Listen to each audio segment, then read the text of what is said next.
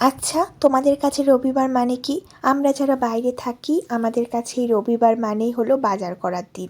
আমরা সকাল সকাল ঘুম থেকে উঠে কিছু না কিছু ব্রেকফাস্ট করে নিয়েই বেরিয়ে পড়ি সপ্তাহের সমস্ত জমানো কাজগুলোকে এই রবিবারে কমপ্লিট করতে।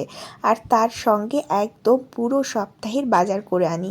আর আমরা যেহেতু মাছ ভাত ছাড়া খেতে পারি না বাঙালিরা, তাই এদিনকে না আমাদের প্রত্যেক সপ্তাহের যে মাছের বাজারটা সেটাও করে নিই। আমরা না 2 সপ্তাহের সবজি বাজার একবারেই করি, কারণ আমার হাজব্যান্ডের যেহেতু ফার্স্ট আর থার্ড স্যাটারডে হলিডে, আর বাদবাকি যে মাঝখানের শনিবারগুলো রবিবারগুলো পড়ে সেখানে না অত কাজ একসাথে করে ওঠা সম্ভব হয়। এই সপ্তাহে মাছের বাজারে গিয়ে দেখলাম ইলিশ মাছ এসেছে, আর সেটা কিন্তু আমি না নিয়ে আসিনি জানো।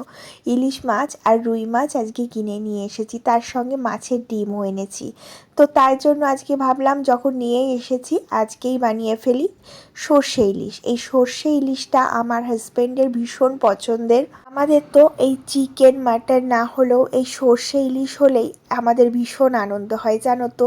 প্রত্যেকটা রবিবারেই আমরা ভাবি যে স্পেশাল কিছু করব, তো স্পেশালের মধ্যে কিন্তু এই মাছটাও পড়ে আমাদের কাছে, কারণ মাছ তো সপ্তাহে 7 দিন পাওয়া যায় না, শুধুমাত্র রবিবার পাওয়া যায়। তাই রবিবারে আমরা ফ্রেশ মাছ এনে একদম মাছের ঝোলটাকেই স্পেশালভাবে রান্না করে খাই। মানে বেশিরভাগ দিনই হয়, তাই বলে মাংস যে হয় না তা কিন্তু নয়। আমাদের বাজার করে আনতে আনতে 12টা বেজে যায়। তো 12টার পরে এসেই আমরা রান্না স্টার্ট করেছিলাম আজকে কলমি শাক আর ইলিশ মাছ দিয়ে দারুণ ভাত খেলাম।